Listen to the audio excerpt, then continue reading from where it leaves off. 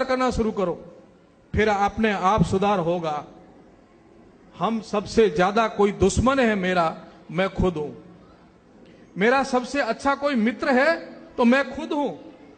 आप भी ऐसी कल्पना कीजिए कि मेरा कोई सच्चा दोस्त है तो मैं खुद ही हूं।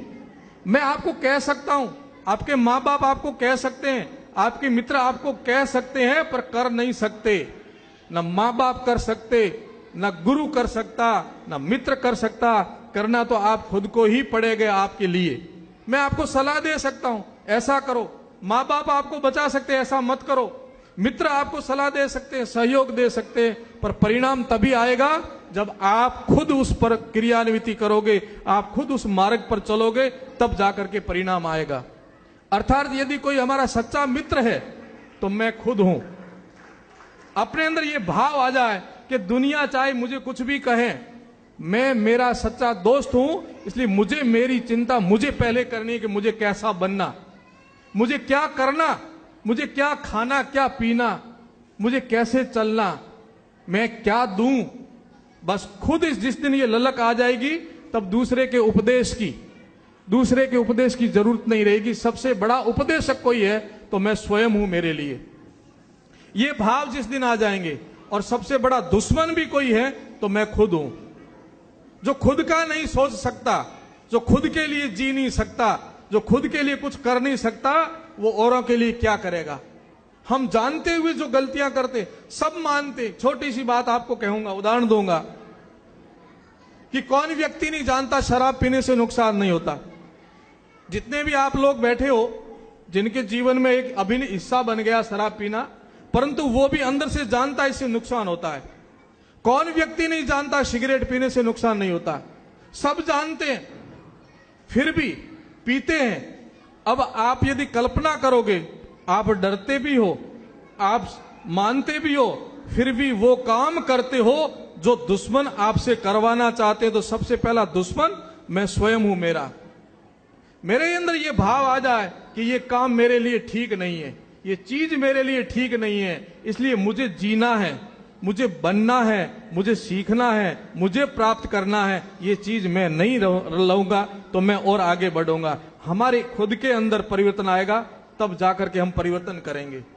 मैं बात आपको और आगे बढ़ाते हुए कहना चाहता हूं कि महाभारत के बाद जो भी घटनाक्रम चला, उसके बाद इस आपकी संस्कृति को तोड़ने मरोड़ने के लिए और कई आक्रमण हुए। एक बात कहता हूं, ऐतिहासिक बात है। एक ऐसा युद्ध होता था जब राजपूत का सिर पड़ने के बाद धड़ लड़ता था। मैंने ऐसे कई जूझारों को सलाम किया, उनके नारियल चढ़ाए उनके भूमियों पर। आपके जैसलमेर की धरती में भी है, कुछ लोग जैसलमेर के यहां बैठे हैं। चूंकि मैंने ऐसा महसूस किया कि इस छोटे से हॉल के अंदर सारी की सारी रजपूती शान इसमें आ गई है, क्योंकि राजस्थान के लगभग सभी जिलों की छोटे बड़े गांवों से निकल करके और इस महानगर तक ये छोटी छोटी नदियों के माध्यम से आकर के जैसे समुद्र में मिलते हो, ऐसे सारे के सारे पूरे राजस्थान के राजपूत आज इस प्रांगण में मिले हो, ऐसा मुझे महसूस हो रहा था। कुछ जैसलमेर के लोग भी बैठे हैं।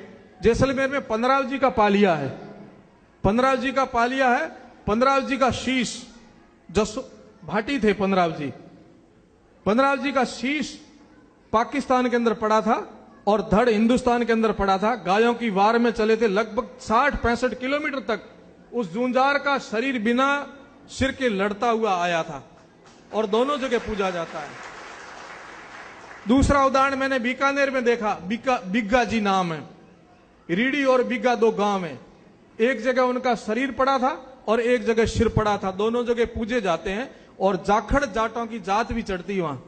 ये पग पग पर पालिया और बिना सिर लड़ने का जो एक जुनून था, वो सिवाय राजपूत के और किसी के अंदर नहीं था, सिवाय राजपूत के किसी के नहीं था।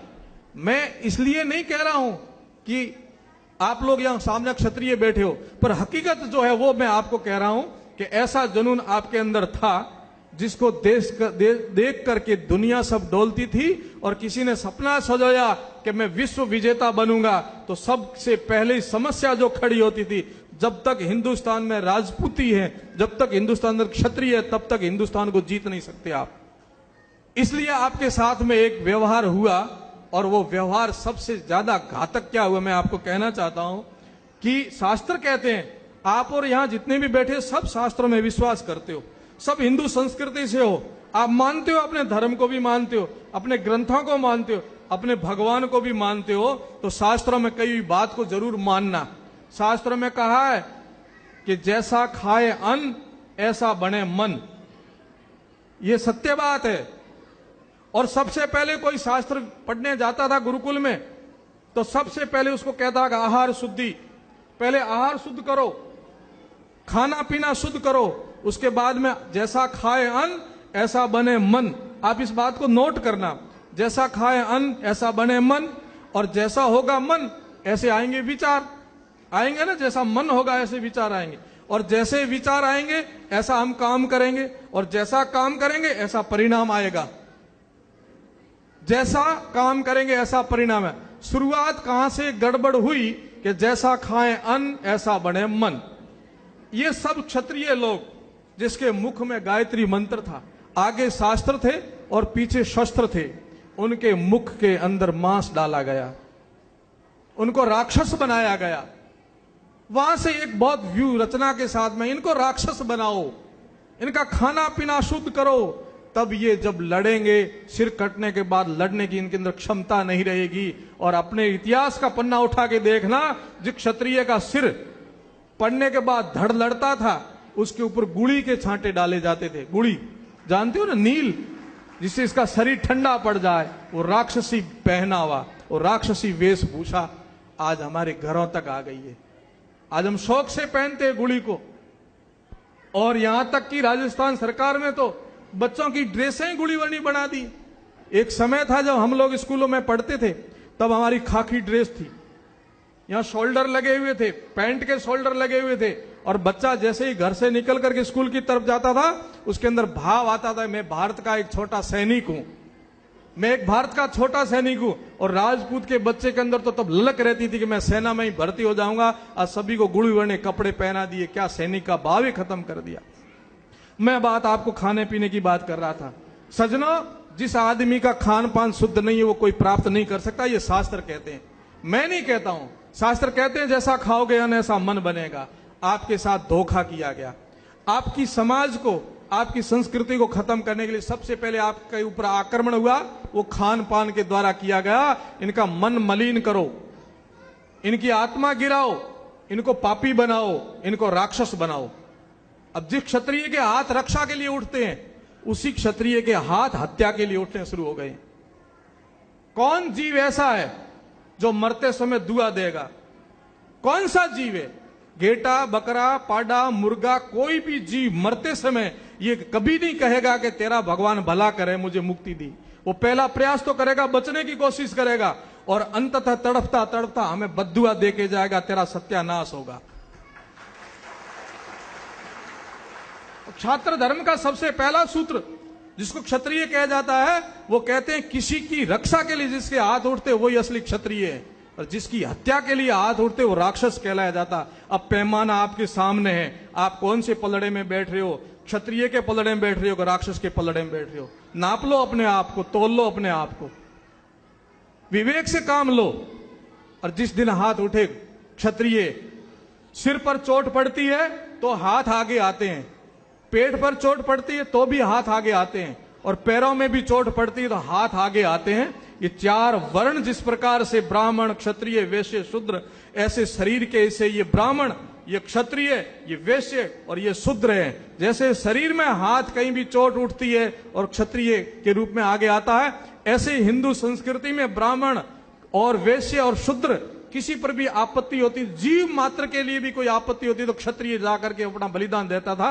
उन्हीं क्षत्रियों के हाथ, उन्हीं क्षत्रियों के हाथ निहत्थों के खूनों से रंगे जाते हैं। उन्हीं क्षत्रियों के पेट उन भोली भाली और भगवान की प्रकृति के रचे उन प्राणियों से भरे जाते हैं। इससे बड़ा पाप हम क्या ले नहीं सकते, इससे बड़ा पाप क्या ले रहे हैं अपन?